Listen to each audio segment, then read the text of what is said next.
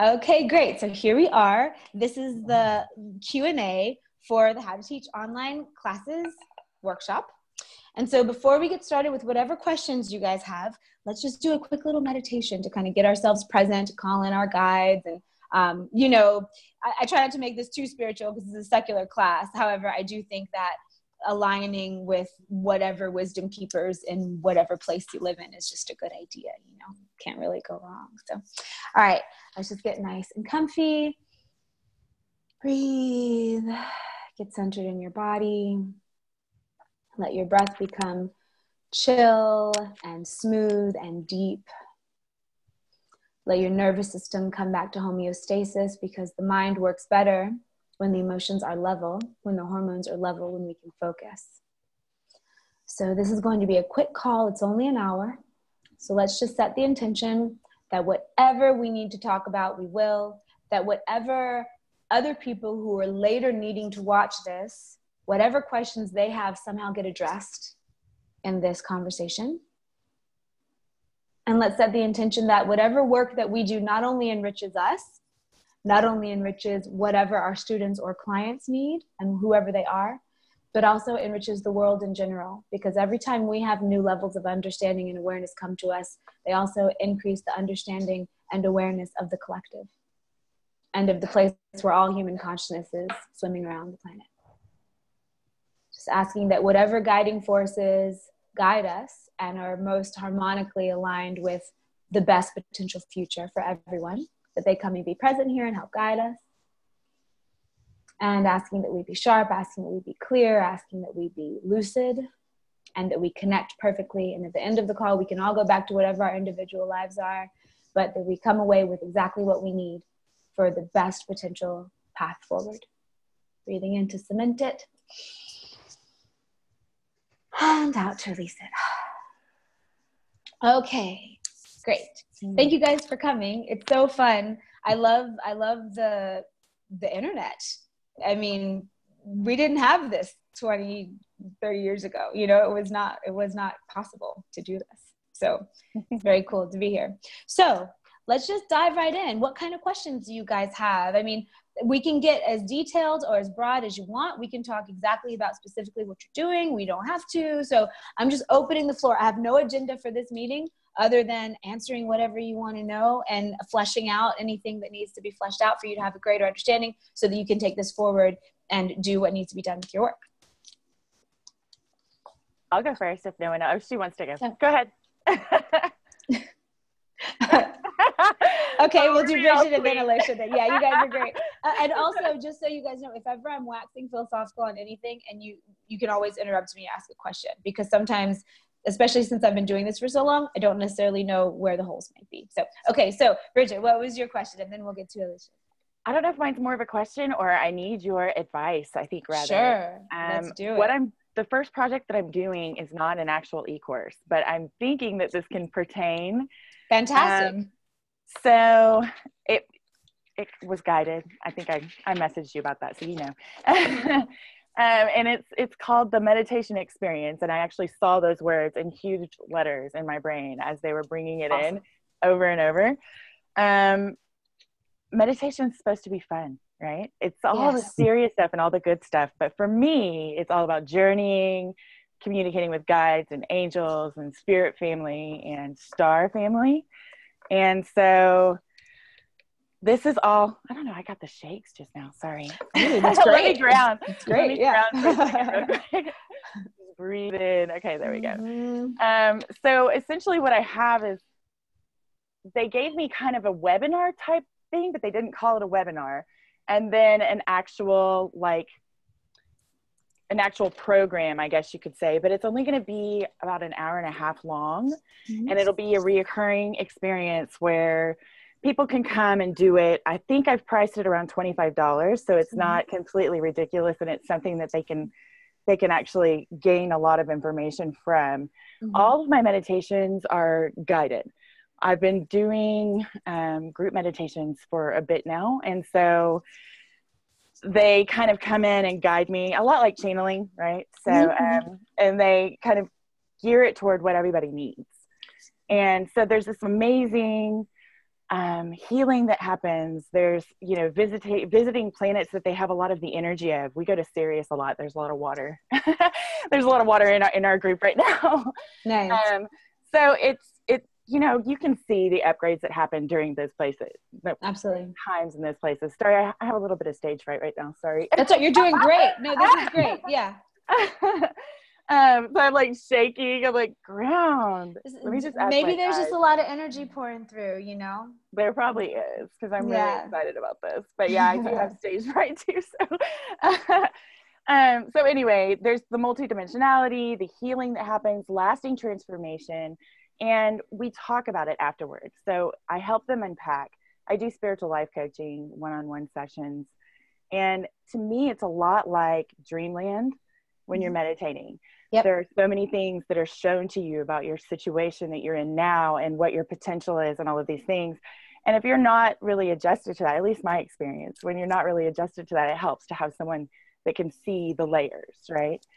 So that would be in the meditation experience. There would be an end where we actually get to communicate about all of that. And I feel really excited to help people kind of unpack those sides of themselves.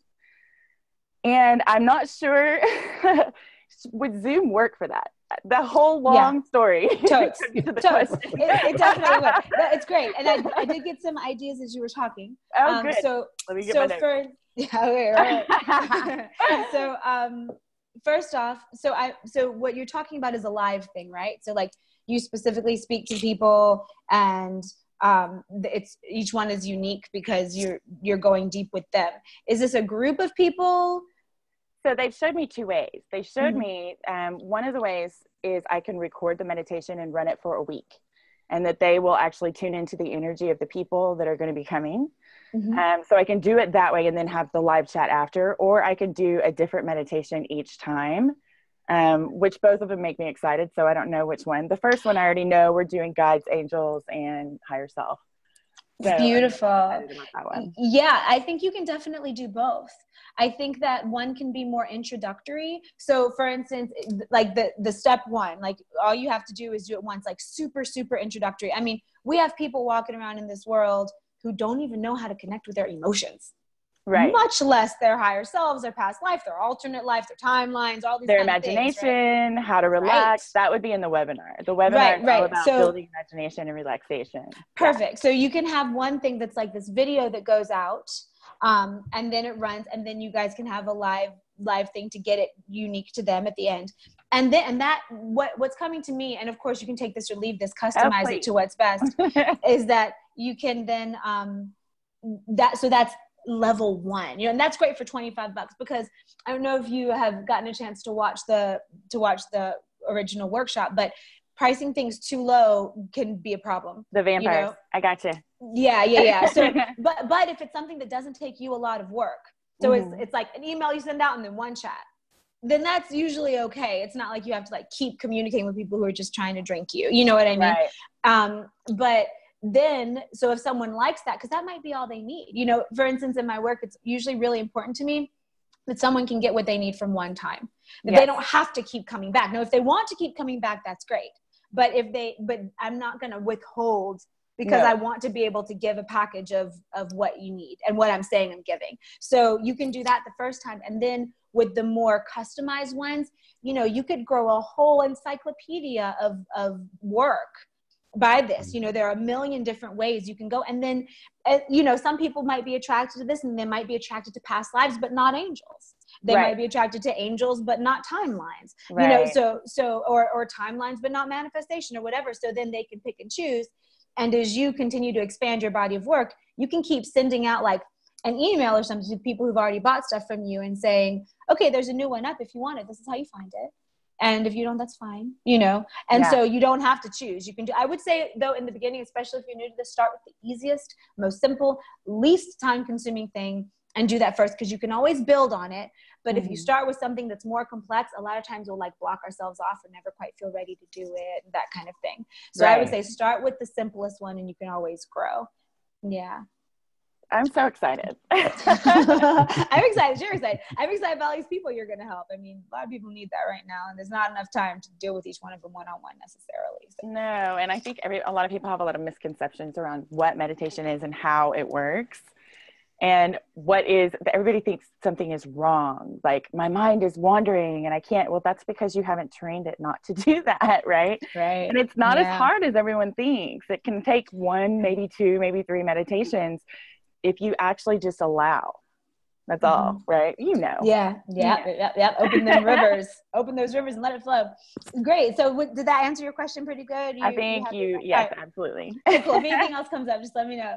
So Alicia, what did you want to chat about? So I was actually about halfway through watching the recorded version of the workshop when this one started. So I didn't get all the way through. I got up into the workshop time, and I think it's really funny, and I really appreciate everything that I'm sorry, I can't remember your name.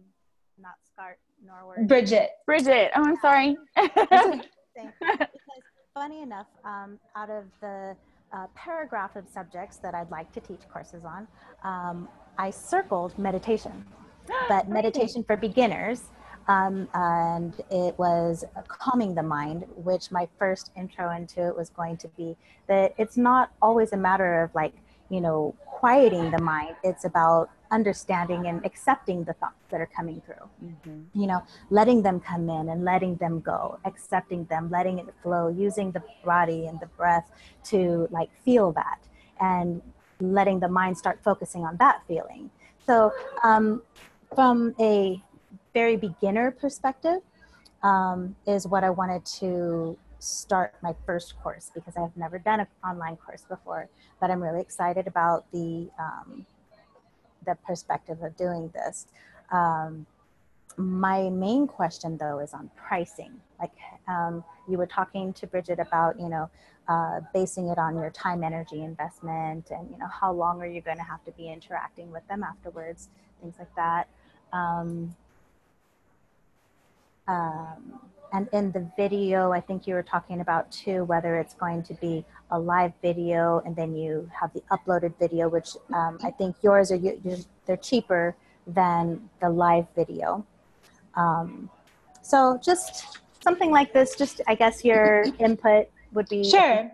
Yeah, well, so for later, whenever you finish the recorded one, we did go through pricing, but that was step 7. So if you were you were a little bit earlier, I think, but we can always dive in more. So here's what I understand about pricing. There's a sweet spot for everything, but one of the things that it's easy to forget is that we each have our own relationship with money and with abundance and with what we receive and what we give, the money that we make, the money that we spend. And a lot of times it's easy to assume that everyone else has a similar relationship with money as we do, but that's not necessarily true. And so there are people who teach the same kind of stuff that I teach for 10 times what I price it as. And they're good. And it's the same stuff. And it's the same amount of work and the same da-da-da. But it's just whatever. I like to keep mine inexpensive so that more people can get it. I'm just into that because of my history and my understanding of that kind of thing. But I think that it's easy to say, well, people won't be able to afford or whatever. But there are people in this world at every single strata of socioeconomic status. So you could charge, you could make, an 8-hour online 2-day course, $1,500, and people would buy it. If there are people who, if you find, again, with the marketing, like you're just trying to line up what you do with who's looking for you. So the pricing, it's what's comfortable for you. Sometimes I like to use double numbers. I mean, obviously like 55, 77, 111, 222, because I like to call in that angelic frequency that often comes from the repeating numbers. But if I were you, what I always like to do is think of what I would do and then do it just a little bit extra.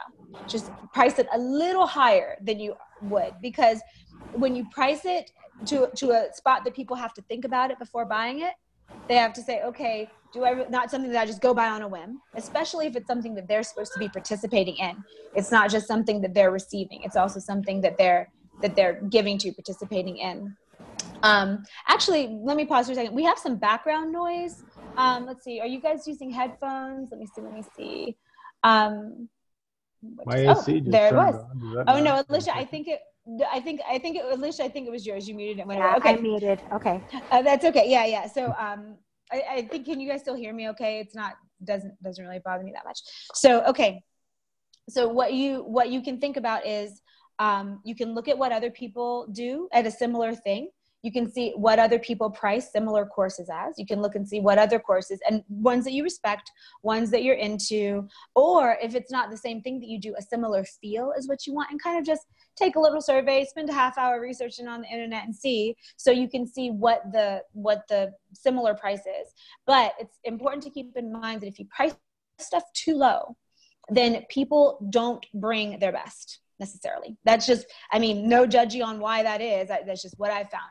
If you price stuff to where people consider it an investment, it's something that they're having to either really decide if they want to do, or they might have to not do something else because they want to do this. You know, like they then bring more of their own focus, of their energy, of their tryingness, you know, like they give more effort because they're like, I paid good money for this. If it's just something they bought with pocket change, then they may, and that might be fine with you. You know, there's some courses that I would sell for super, super cheap sometimes, and be like, well, as long as you even just watch this video, it will help you. You know, you don't have to do anything on your end. So here's a gift for you. You give me these few dollars, I'll give you this energy pop-up, whatever. It's a clear thing. But actually, me personally, I didn't like that much. That even too started to drain me. And I think it was because, you know, when you put your energy and your voice and your face on something, people are still connecting with you.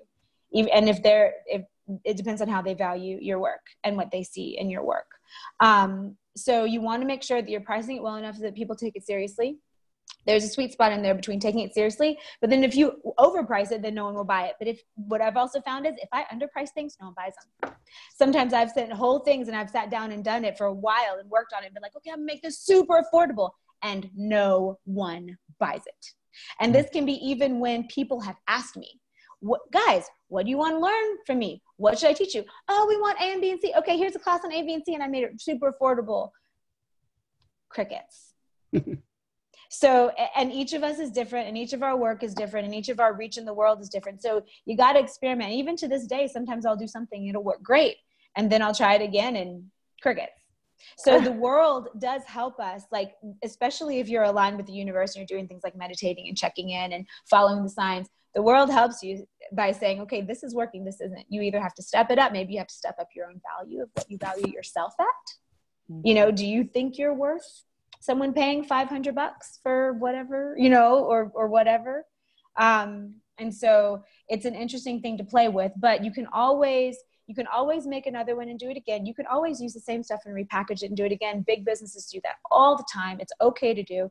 And you can, if you price it high and you don't feel good about that, you can always put it on sale. You know? And so that, for instance, one thing that I'm experimenting with in my work recently is letting people who've been to previous things of mine, either giving them an earlier sign-up date, especially if there's a cap on the amount of people, or giving them a discount. Like, if you've already worked with me, I'll give you a 20% discount because you already know my energy. And I'd also sometimes maybe rather work with people I've worked with before because we'd be more streamlined and X, Y, and Z. But that, I don't even know if that necessarily works. It's something I'm experimenting on. But it's also important when I do that I don't do that for every single course. Because then I don't want people to be like, oh, well, her work isn't actually worth what she says it's worth. It's worth that minus 30%, you know? And again, that's about integrity. And it's like, okay, are you valuing yourself at where you're valued? And are you then creating a course that's worth what you're saying? Are you putting your time and effort in? And are you demanding? Because especially healers, intuitives, highly sensitive folks, it's easy for us to devalue ourselves and for us to, you know, want to overgive and underreceive. But also remembering, especially if you're teaching something energetic to someone, especially if you're teaching something about the way that they hold their energy field and you're not valuing yourself, then you're going to give them a code to not value themselves. So you have to embody the value. And it's okay. If someone really wants it, they will make it happen. I have friends who sell $20,000 packages to people and they buy it. You know, it's just, this is my service.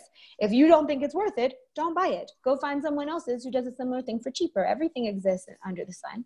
So again, it's finding people who are willing to give an energetic exchange that is fair. And you set the price of what you do. Calvin Klein jeans are whatever price because they decide they're going to they're going to spend that much. It's not because necessarily those fibers of cotton are more expensive to grow out of the ground than Walmart jeans. It's because they say this is what it's worth. If you want it, you'll buy it, and that's not a bad thing. It's integrity. Does that help? Okay, good. Awesome. All right, what else? Doug, you got any thoughts, questions? Always. All right. Always. I'm not quite sure what my question is, though. But let me give you a little background sort of here. Because I'm that photographer guy that you mentioned, I figured. Awesome. Yes, I was thinking of you. I was like, yeah, he's not necessarily teaching something spiritual. I don't know what he's teaching. It might be photography. Yeah, and neither do I. So that's really my question. Because right now I'm torn, but well, even coming out here to Albuquerque, I'm trying to redefine myself and what I do, and this is all part of that. So I've got couple of things going. One is the natural communications, how to get in touch with your emotions and how to get other people to get in touch with your emotions. The counseling stuff that's been my whole life work. Yeah. And the other piece is, of course, the spirits and the orbs and the paranormal sort of a thing. And those are my two main interests, I guess.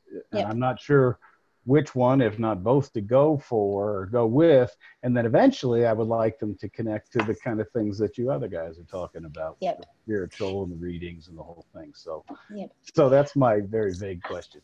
Okay, cool. Yeah, we'll have some thoughts. Yeah, we'll just keep chipping away until we find something. So first off, those two things feel very related to me, like emotional meditation, that kind of thing. And then the spirits and the orbs, it's like one leads into the other, kind of like with Bridget. It's like you can do like a more broad thing. And then if they liked it and they're into orbs, because, as you well know, orbs are kind of a rabbit hole. So not everyone's going to be into orbs, but the people who are into orbs really want to know more about these orbs, Right, exactly. Yeah. So you can start with something simple, but also what I want to say is it's so good that you're teaching that as masculine, because especially emotional connection, women do it differently than men. It's easier for women to do it with men. I think it's an underexplored topic for men to teach emotional connection to other men, or even to women who maybe have a more masculine mind, so that, and also that's something that's broad. It's not super esoteric. You can like bring in a little of the esoteric if you want, however much is comfy for you. And again, that's something in the marketing that you'll want to make sure you say. If it's going to be a little bit of esoteric, you might want to feed into, and we go at a holistic and, slight spiritual perspective, whatever. Because then certain people are going to be like, ding, ding, ding. When I was a teacher at the University of Florida, I taught yoga to undergrads. And I had one giant football player in my class. And I mean, giant. He was like on the U.S. football team, giant. The first day of class, everyone was sitting on the floor, and he was almost as tall as I am standing up. He was sitting down, Wow. And this really tough guy, super gentle, though, super, like a gentle giant. Right. But he was very quiet, so I never really knew how he felt. And I would try to not get too into the woo-woo, because every now and then some of my students would be maybe uber Christian or something. It might make them uncomfortable because they didn't know if it was something to fear. They didn't know if it was something safe, Right. And at the end of the class, we would always give a survey the last day that was, 1 to 5 on a bunch of things, and then some write-in stuff. What do you think about XYZ? What can we do to make it better? And it was technically anonymous, but I knew my students' handwriting by the end of the semester, so I could tell who wrote what. And this great big surly seeming football player was like, I would have liked to learn more about the woo-woo. So you really never know. The thing is, you want to like give the option of, and then let them choose, let them decide. Something's coming up that's kind of unrelated, but I feel maybe this is for one of you guys, maybe this is for a future watcher, but it's that bit of honesty. And even in, for instance, interpersonal relationships, it's impossible to not somewhat shape ourselves. So we appeal in a certain way, or so we communicate in a certain way. However, there's a difference between cultivation and communication and hiding things or secrets and lies or like packaging yourself that's not exactly honest. And the thing that I always believe in is I always say, well, just show me who you really are. I don't mind shadow. In fact, I like shadow, especially if it's integrated shadow. I think it's interesting, fascinating, gives our world colors. But if you curate and pick how you show yourself to me, then you never know if my affection for you is real. Let me have the choice of whether or not I want to love you, whether this be a coworker or a friend or a partner or whatever. Let me choose. Give me all the info and let me choose. It'll probably be more gentle than you think, you know? But so even with these classes, it's like, go full out with whatever it is. And then, because there are billions of people on this planet, and there are enough people and there are enough teachers that every person you can align, you know, there's no competition in this. Everyone is different. You can align with your exact students who someone else is not going to be able to speak to as easily and as effectively as you will. Like yesterday in the workshop, we were talking about that school where the students find each other who have that eye resonance. Oh, yeah. Right. Yeah, because you just know they have your vibe. And even a lot, I mean, I would say it's maybe one of the most common things I get every workshop and retreat and stuff I do. One of the first things we do in our opening circle is go around and say, what brought you here? Why are you here? Why did you choose to come to this? And mostly what I hear is not necessarily a subject matter. It's that they resonated with, like, me as a teacher. They're like, well, I like your energy, so I came. So sometimes it's like, doesn't matter what you're doing, because what you're teaching, think about your teachers in school. The ones you learned the most from it didn't necessarily have anything to do with the subject matter of the class. And that's what you remember too, right? Yeah, and you learn real stuff, which may or may not be, it's encoded and enfolded in what you're teaching. But, and again, that's just surrendering to the universe and being like, well, tell me what you want to do. Tell me how my knowledge can enrich this internet world and then the actual worlds that go out. So yeah, and so to answer your question, I think probably, again, most basic first. And then you can perfect and refine and get more niched as you go. And then what's great about this kind of stuff is then you have the recorded stuff, so you can just be continuing to grow this body of work over time, that you don't necessarily have to go back and recreate the wheel every time. Right. You can just, so as your fascinations change, your work can shift. But then if someone who's maybe where you were 5 years ago comes upon the work that you put up 5 years ago, it can still help them. Right. You know? Right. Yeah. Let me ask one more question with that. Sure. If you were the way you're describing the class and the basic thing and the simplest thing, I got all that. What would you call the most basic kind of thing in my communication emotions area? Emotional connection. Okay. Connecting to your emotions, understanding your emotions, emotional empowerment. And it depends on who you're going for. If you're going to teach like specifically men, it would be some type of wording that would like, you know, so things, I mean, even little things I've learned in studies of marketing over the years is like you know, if you're going to say vibrant, it's usually going to call in women. If you're going to say like virile, it's usually going to call in men, stuff like that, you know? So, and also just think about what appeals to you, because the people who are going to come to you jive with you. So what you feel like it is. And again, I find one of the tips is I usually find the less artistic I get with the title, the better.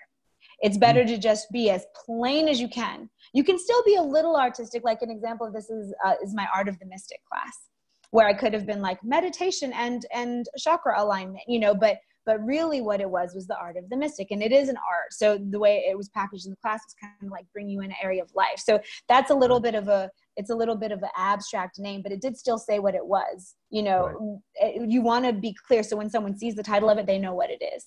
Right. And I've learned that the hard way, even with YouTube videos and stuff. If I say something too like poetic, people don't know what they're clicking on. So you want to just be able to let them know what it is that they're getting. Right. Good. Yeah.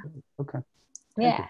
And in the future, you can be like learning about orbs, or, you know, exactly. Meditation. Yeah. Just super simple. Funny things that you take pictures of. Yeah. Right. Woo, 101. Yeah. Oh my gosh, we need to do that one. All of it. Feel free. Yeah, all inclusive. Fill the internet with it. We'll hit all of it. We'll hit chakras and angels, ghosts, cool. What else? What else y'all got? Is this wide open? I could ask another one. Go for it. Yeah. Right. We're only halfway through. We got another one. Okay. You've done a lot of things. You've been online for a long time, relatively long time. What social media have you used that didn't work, and why not? Twitter, because I'm not succinct. That I know.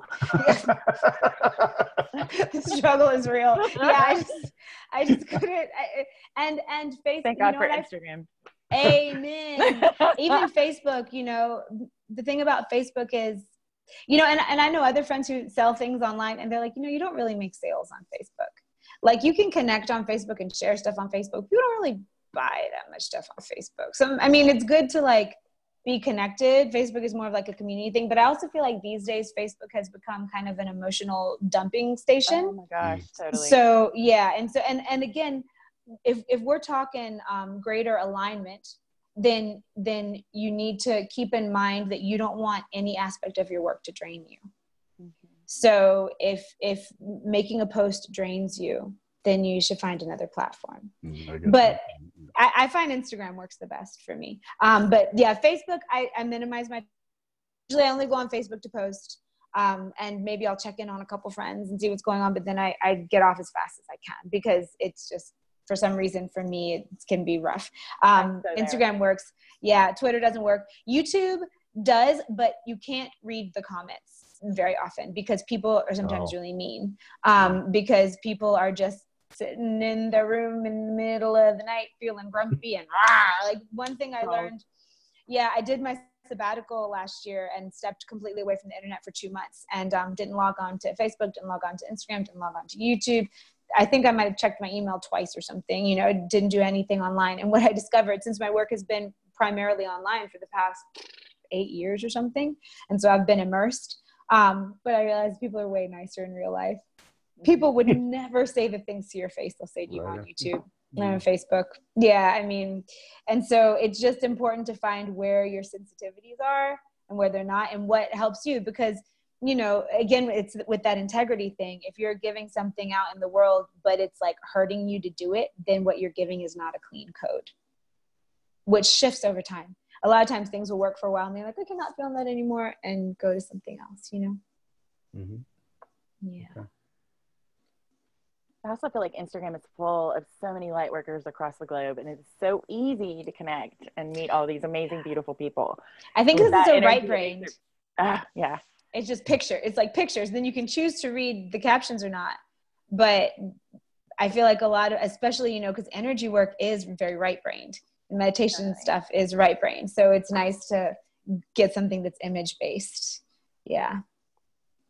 Cool. What social media do you guys like? What do you guys use? Instagram. I mean, I'm on Facebook for a hot second, and that's it. Yeah. And then I just link over. I let the links happen from Instagram to Twitter. Yeah, same. Even with Instagram, I usually just send it over to Facebook. I don't very often like log on Facebook to post something. Usually I just kick it over. Yeah. My husband actually pulls my Instagram to Facebook, to all three of my little places. Sweet. He's That's sweet. nice. I know. He does that kind of stuff for me, though. Co-creation. Yeah. Scott Norwood, you know, the name that's on me right now. Yeah, Scott. Thanks, Scott. Even on here, we're linked. Cool. So what else? I'd like to ask a quick question. Sure. You had mentioned before that, you know, you don't necessarily have to be trained formally in a subject to be qualified to teach on a subject. If it's something that you've been diving into for a while, that you're passionate about, that it's a subject that's going to, you know, kind of light you up and make you a better teacher because you're passionate about it. I wanted to know if you have some material that you could recommend for me to do some more research before I dive into starting to do a course on male-female programming, like the perceptions that are programmed for us, that, you know, as a woman, you think that you grow up and think this is what a woman is.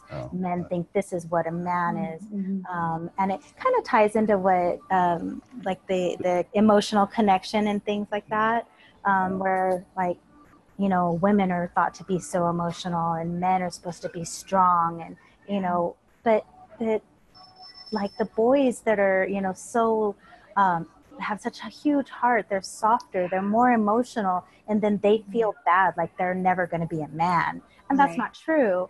And, you know, like, women and young girls who are programmed from, you know, a young age feeling like, you know, they have to be sexy, or this is what is pretty. I have to show off and I have to show myself all the time.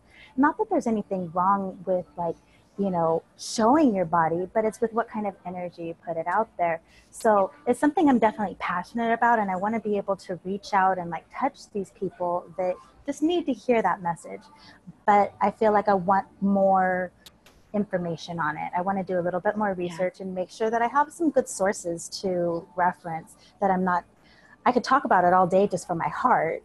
Right. But I'd like grounded info. A couple people are coming to mind in different arenas. One of them is David Deida. Have you read any of his stuff? Deida, I think his last name is spelled, Deida. And he writes books about David Deida, Deida, I believe. It may be D-I-E, but I think it's D-E-I-D-A. Yeah. Okay. Yeah. And he's written many books about that, like, I think he writes with the masculine in mind, but his books are definitely readable by women as well. There's one, her name is Allison something, I think, but the name of the book is The Queen's Code. And I've not read it the whole way through, but I have friends who swear by it and have talked to me about the concepts in it. And I'm like, okay, that's interesting. Like, I can see how that could work. Also, and this is like a little sideways, but it came up especially as you were talking about the relationship that men have with their like emotions of vulnerability. There are 2 tantric books that I recommend to all the couples I know. I'm like, every couple needs this book. I buy them as gifts for couples. They're by this tantric teacher named Michaela Riedel, like Michael with an A, and then I think Reidl, I think that it's close enough, but the books are simple: Yoni Massage and Lingam Massage. And they're about tantric healing, and they teach you how to do tantric healing, but they also go deep into the psyche of it. Like, for instance, how, you know, women's issues are with opening up and letting things in that you may or may not want to be in. But with men's, you know, I learned so much in reading the one about men, because, you know, I hadn't necessarily thought about the fact that just as women have been mistaught, men have often, with their relationship, even with their sexuality, it's like, no, you're never supposed to be vulnerable. You're always supposed to be ready to go instantly, hard, never vulnerable, never soft, always, you know, and completely on command. And you're never supposed to be in a bad mood, and you're never supposed to be, you know, like receiving and vulnerable and stuff like that. And there's no room for softness. And in like the rigid paradigm of how a lot of people have been raised without even anyone meaning to do it. It's just like that. And so I actually think that, like what you were saying, in our world, at least women are having this really empowered conversation right now about let's get our power back. But I don't think the men, they're not being welcome to do that quite yet. Like, it's still coming. And in my personal opinion, if you look around at the world right now, even at the masculine out of alignment, if you interact with a man who hasn't yet healed wounds he has from an overpowering mother, the way then that he treats women is very similar, in my opinion, to the way that the out of alignment masculine energy right now treats feminine energy. So I'm like, well, we can't be that mad, because somewhere back there we did it, you know, in some past life, some past paradigm, we did it, you know. So we're all healing and fixing it. But yeah, those are some that come to mind. Let's see. Yeah, those are the only ones right now, but I'm sure that will lead you down a rabbit hole of others. Especially David Deida was the main one that comes up. And also this came up as you were talking, and this isn't directly with masculine and feminine, but it does talk about different aspects of understanding of yourself from within and stuff. And it's Carolyn Meese's work, MYSS.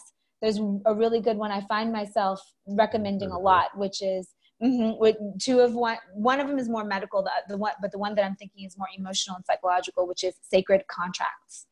And that's a workbook too. And it takes you through, it'll change you, you know, it'll bring you to your next level for sure. No matter where you are, it just makes you think about things that you might not think about. Okay, cool.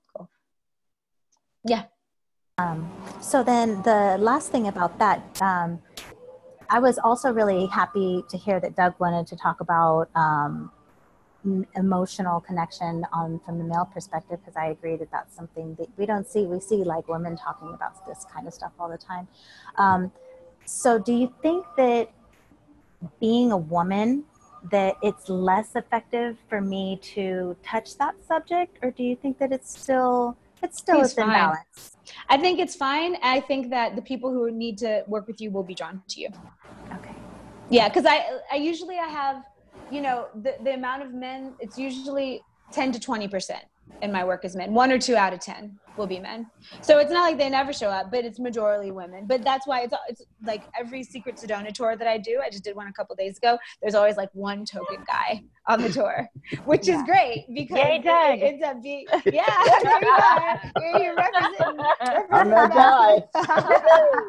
It's great. And actually we what need happens, that balance. well, and it's lovely because what happens is it brings a different element because, you know, when it's women, estrogen town, you know, like it's a different thing. And what I've found with especially the in-person stuff where we go really deep and we're all really in each other's energy field, like all day. What often happens is that the amount of open-heartedness and connection that happens, usually that's not allowed unless you're like either family or like relationship, that even just because in our world, if you're going to connect and exchange that kind of love and vulnerability and openness and communication, most people don't know how to do it without cords, without expectations, without some type of container that might, you know, so what ends up happening is the men often open up and feel so loved and received and accepted in a way that they don't usually get from someone who doesn't want anything from them. And then the women can then open up and give so much love in such a way that we're not usually free to give love like that. Because usually we're like, if I give this person love, are they going to think that, because I don't know, you know, like, but in these areas, it's so nice because then once one person starts the domino effect of like clean, open, authentic, vulnerable, loving connection without any weird vibes, then everyone else is like, oh, we're allowed, we can do it. And then it ends up being this super beautiful thing, you know, to represent. And then whatever we do, we're representing for the collective and spreads out, that kind of stuff. But that would have to, that can I say so? Yes, that please. That would have to be a live thing like you do. You know, it doesn't fit in this kind of medium, does it? It does. It would just be, we would just be talking about more feelsy. You know, like right now we're kind of talking about a project, but if we were talking, because then we have, stuff, right? Because we have live chats, like in my Art of the Mystic course, we have live chats and it's like that, you know? And it's also, it's nice because, so for instance, in some of my courses, like some people who've come to my live stuff in person will sign up for an online course. And it's nice because then the precedence is already set. So you come in with your walls down. And then like the new people who maybe haven't seen it yet, it creates momentum. And then earlier and earlier and earlier, they can see, I can let my walls down. I can let my walls down. This is fine. And, you know, the biggest problem that ever happens in these, like the biggest hurdle that I've had in recent times is maybe that people get a little too activated and can't stop talking. And other people, well, you know, it's a beautiful thing. At the one we just had at the workshop, at the all-day workshop I just had, one of the girls kept saying like, yeah. Anytime someone would say something, she's like, yeah. And then she'd do the whole thing. And I could tell it was because in her personal life, in her home life, she was always a support system for everyone else. And no one ever asked her how she was. And no one ever asked her. And since these people were interested in how she was like, and a couple times I did notice that maybe it might've been a little out of balance. Like maybe other people weren't but then it's on me as the organizer and the space holder, how to like turn it back without making anyone feel rejected or shut up, but more just like, okay, like let's, you know, and that's all like very subtle cues, like where you look, who you pay attention to, what question you answer, that kind of stuff. But yeah, you can do it. We're always learning to infuse energy more and more and more into this electronic world because it's still so new and it wasn't built for that. So we're learning how to do it, and it's working more and more as we get better at the process. I got something else. Yeah, I hope so. All right, go. Okay, so you've been at, what'd you say, 7, 8, 9 years or something like that? That's kind of grow this way. Have you grown a larger base, a following, a la like Teal Swan sort of a thing through the YouTube stuff, or how you keep like trying to hit it? What's happening? That's how I found you. Yeah, most people have found me through YouTube, and YouTube is great because you know, there's stuff on YouTube that I shot 6 years ago, and the most recent video I put up publicly, I just recorded a video in Oak Grove a couple weeks ago and posted it. It was my 1,000th video. Yeah, no. I know. I was like, I didn't even realize. And some of those aren't public. Some of them are like from classes I did. So they're not necessarily available to full YouTube, but it's nice because you can make this body of work, because you can be geeking out about a thing one week and record about it. And then there's this bit of wisdom knowledge on the internet that then you don't even have to keep stewarding. You know, you can go off and do your next thing, but someone who's looking for that will find it. It will help them even years down the road. And the thing about, you know, however, like the whole like teal swan thing, and it's the difference, and neither of these are right or wrong. But the thing that I do that's different than like someone like Teal Swan is I like to make myself really open and kind of like vulnerable in my work. Whereas like, I don't usually say, for instance, post a quote and then say Karis Brown at the bottom of it. Cause I'm like, well, obviously I said it because it's me, but there's nothing wrong with doing that. It's just like, I think she just has more gates up in front of her, which as she should, especially considering her past and how she got where she is. It's like she had some really gnarly experiences. So it's good for her to put up boundaries, barriers, you know, but my whole shtick is kind of like, this is me kind of unfiltered, as you know, and like, you know, I only ever shoot one version. I don't edit my videos, that kind of thing. It's also because I'm lazy and don't want to learn editing, but it also because the times that I have tried to edit, actually, I had people contact me and say, we don't like it. We want the real. We want the raw. It's okay if you bumble your words every now and then. We'd rather it be real. And even now, if you look at commercials on TV, they're faking people YouTubing. You know, like toothpaste commercials. It's people like talking to the camera. Like, it's like, that wasn't a computer sitting on a table. You guys had a whole, and so they're trying to get raw. That's where it's going. I've even heard people talk about the coming things on social media and stuff. Like, you know, the number of followers you have. And this is something that I understand, but I think a lot of people don't necessarily know, is that the number of followers you have does not translate to dollars you make. There are beautiful fitness models out there who have hundreds of thousands of followers and don't benefit from it at all because they're all just wanting to look at their half-naked bodies.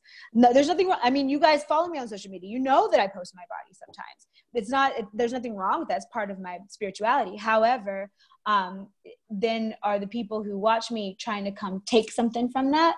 Or is it like part of the whole package of divine feminine, whatever, you know, the thing that I do? So, it's important not that you get more followers. It's important that you get the right resonating followers, because I would rather have less followers whose energy feels clean and mutually encouraging and nourishing me and nourishing them, than have thousands and thousands of more followers who are trying to like find something wrong to nitpick at me, or like, you know, sending envy vibes my way or sending critical vibes my way, or I don't care. You know, that's something I always say is I don't want everyone to know who I am. I don't want to be dinner table conversation for randoms.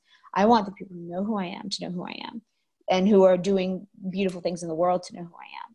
But if some random Joe Schmo finds out about my work who is not at all interested in what I do, I don't necessarily want him having my image rolling around in his head, because that's not necessarily a good thing. I want him having stuff that inspires him rolling around in his head, you know? Mm-hmm. Yeah. So I would say just keep posting content. If you keep posting good content, and if you're posting stuff that you're interested in, it will be good. Even if you just post your process. And people really love vulnerability, because everybody wants to connect. Everybody wants to feel a part of something. So 'tis better to post what you're really feeling than try to package something perfectly. Mm-hmm. Mm-hmm. Okay. Yeah. So we're doing on time. Mm-hmm. 9 minutes. Oh my. Oh, Dada. What do you guys want to talk about? Okay. I want to ask you another question about the meditation experience, because I was so like energy charged and like having stage fright that I don't feel like I was very clear. Go for it. So I'm planning on 10 to 20 people in each one. I'm also planning on telling them at the end. I don't know if I said this because I really honestly have a hard time remembering what we talked about because I was freaking out. So you can email me after. I'll do the kind of like spiritual life coaching, or I'm a personal meditation coach too. So maybe, you know, more geared toward that. Yeah. My question, I think, is at $25 a head, this is going to be something that I can either run the same one for 3 days out of the week, twice a day, and pre-record, right? And then be there for the live chat, and probably be there through the whole thing. So that if anyone's chatting or whatever, they can do it. I can respond to them. Or B, do a different one each day, right? And during each one, right? Which is fun for me too. Either way is fun. But the guides are kind of leaning toward the pre-recorded, because then that can be the experience for the week. Yeah. I mean, okay. So I don't know objectively what the right thing to do is, because I don't know your process and your energy levels and how things run. But I know that it has happened to me many times over the years that I'll get super excited about a topic, and then I'll commit to some amount of check-in, and I'll commit when I'm super excited. And then our energy ebbs and flows. And so like a couple months down the line, I'll be like, I don't want to do this. Yes. But I promised that I would. So I would say, especially when you're starting out, go minimum. Okay, perfect. Yeah.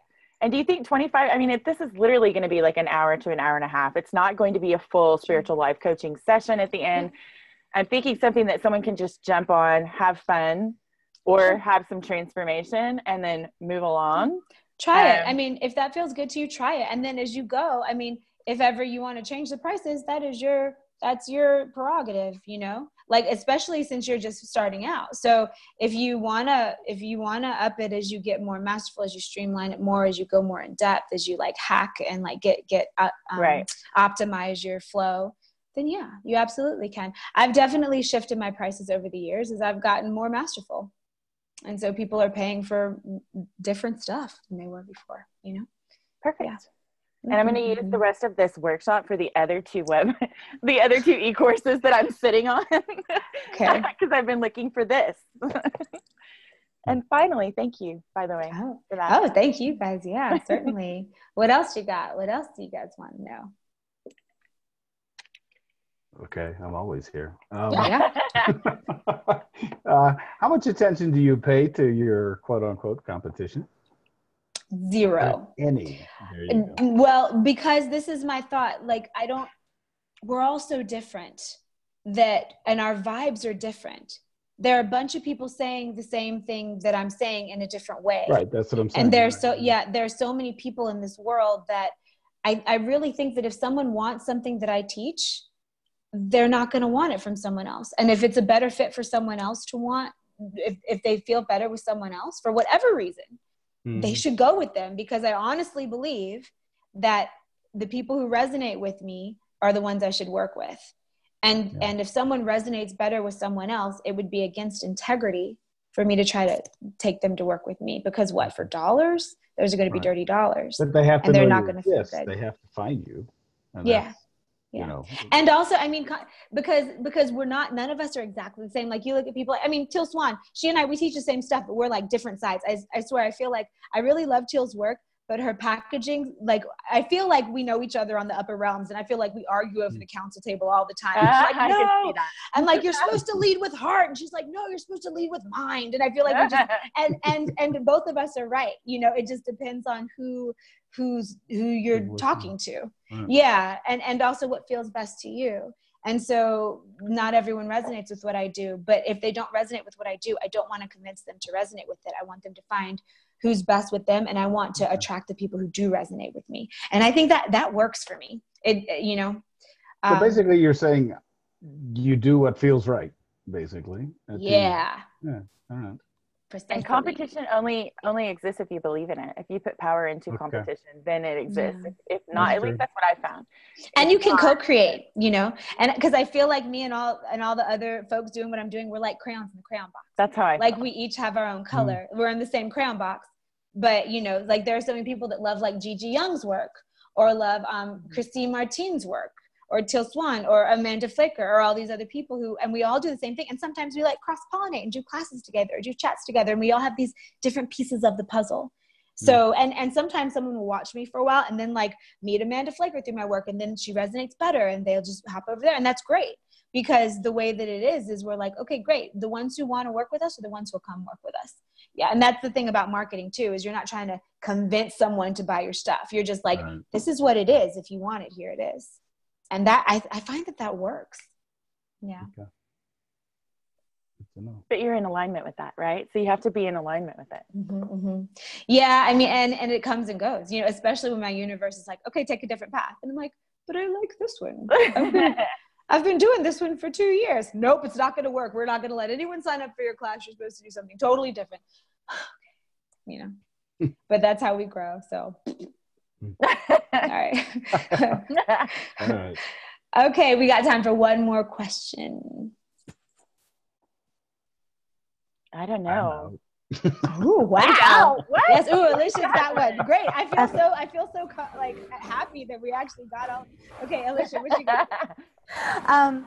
Retreats. So when would you, what should I be looking for to know that what I'm working on is more for bringing people out and having a retreat together, you know, in person with me, opposed to doing a live chat? Depth and immersion. Because a live chat, someone's sitting in their house, convenient. They don't have to take off work. They don't have to travel. They don't have, you know, like, and so it's the comfort of their own home, their own pace, but also they're not held accountable as much. And they can go at their own pace and all that kind of stuff, right? Versus a retreat or like a physical workshop they got to come to. They have to travel, they have to get there, they have to put in the time, they have to pay the money of whatever it takes for them to get there. And however, what they get is usually deeper, more intense. And also, especially if it's something that you have in like a beautiful place. Like one of the things about the stuff in Sedona is Sedona works on you.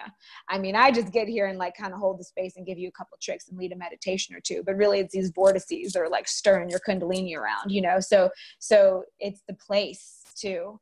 And also the alchemy of the other people.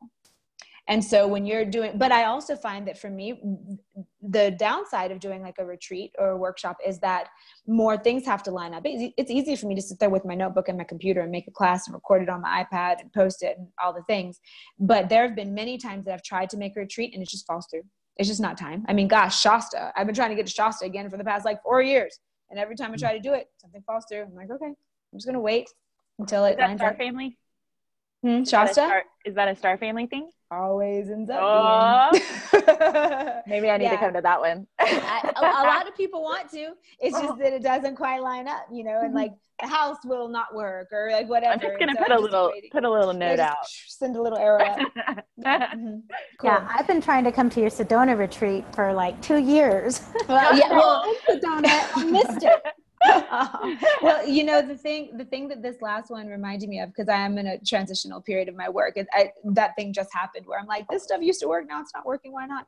And so I'm stepping away for a second. Like this live call is the last live thing that I currently have on my schedule. Wow. Other than some various stuff that I do that's like residual from old classes. But what the retreat in Sedona taught me this weekend was that I do want to start doing a regular one in Sedona, like a couple times a year, 2, 3, maybe 4 times a year. So then the people can be like, okay, I can commit to like next February, you know, so, because especially if you're coming from far. Actually, the one this past weekend, we realized we were from the 4 corners. We had folks from Seattle, Canada, Mexico, LA, New York, and Florida. None from Sedona. So it was like the nation just like folded it in and we got the little spin and then we all went back to our spots, which is fascinating. Like you can't plan that. I don't know. We realized at the end of the day and I was like, I don't know what this means, but I know it means something, you know. It means all those places need that light that you guys just sprinkled out. Yeah, that's what we hope, is that you go back in a deeper level of torchbearer and a brighter burning one. So cool. All right, how you guys feeling? I got one more question. Me too. Okay. If somebody says, what is your overall purpose? Me? What you're doing. Yeah. What to help birth the new paradigm on the planet, to be one of the midwives and pillar holders for it. Yeah. Having to do with everything from body care to connection to living in alignment with the earth to multidimensionality. I think that what I do is going to be super, super normal in a couple 100 years from now.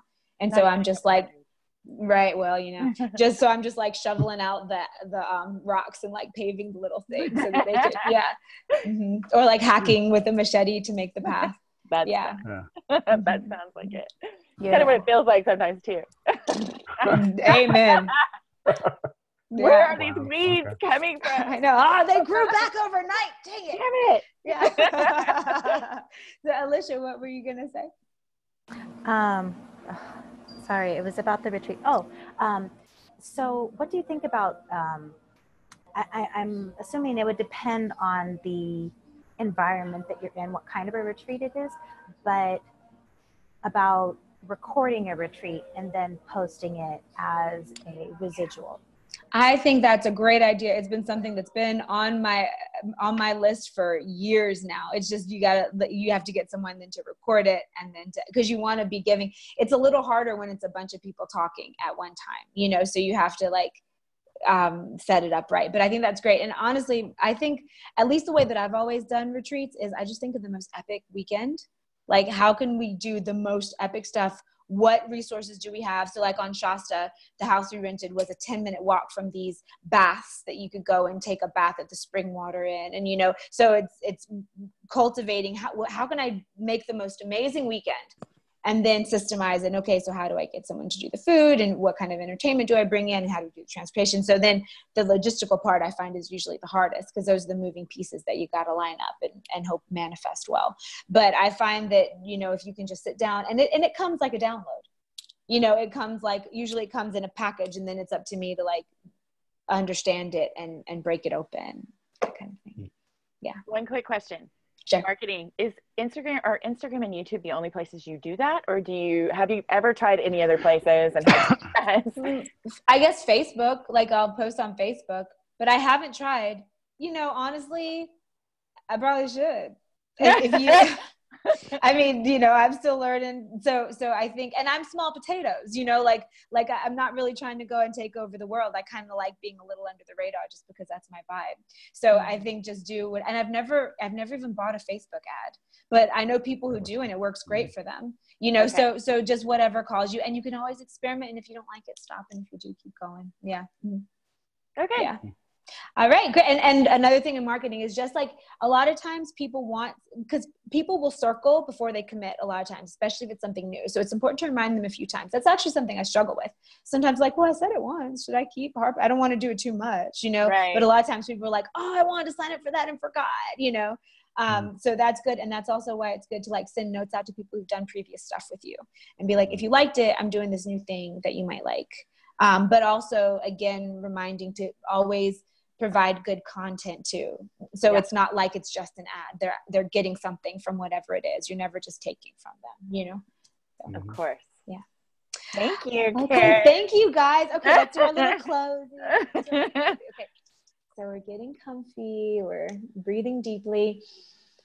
Have this moment of clarity, allowing our energy to unfurl out and align with the best path forward, not only for us, but also for the people we're working with, and for the energy that they will generate as they move through the world, requesting that what we do be pure, requesting that what we do be the answer to a need, and remembering that if we have the urge to do something, that means there's someone in the world who's praying for that information, praying for that energy or that inspiration. And so remembering that all we can do is take responsibility for how well we keep our vessel, and that the energy that comes through us and the information that comes through us is divine. So surrendering, but also taking pride in how we run our frequencies as well. Thank you guys so much for being here. Please let's, I would say put it away for a couple days. Let it percolate, unless you're feeling super jazzed, but it's okay to take a little break and then come back and dig through. And I'm really looking forward to seeing what you guys make whenever it's time. Don't, go at your own pace. Yeah. Yeah. Thank you guys so much. This has been such a lovely, lovely time with you, and looking forward to the next time. Thank you. Thank you all. Bye. Bye, guys.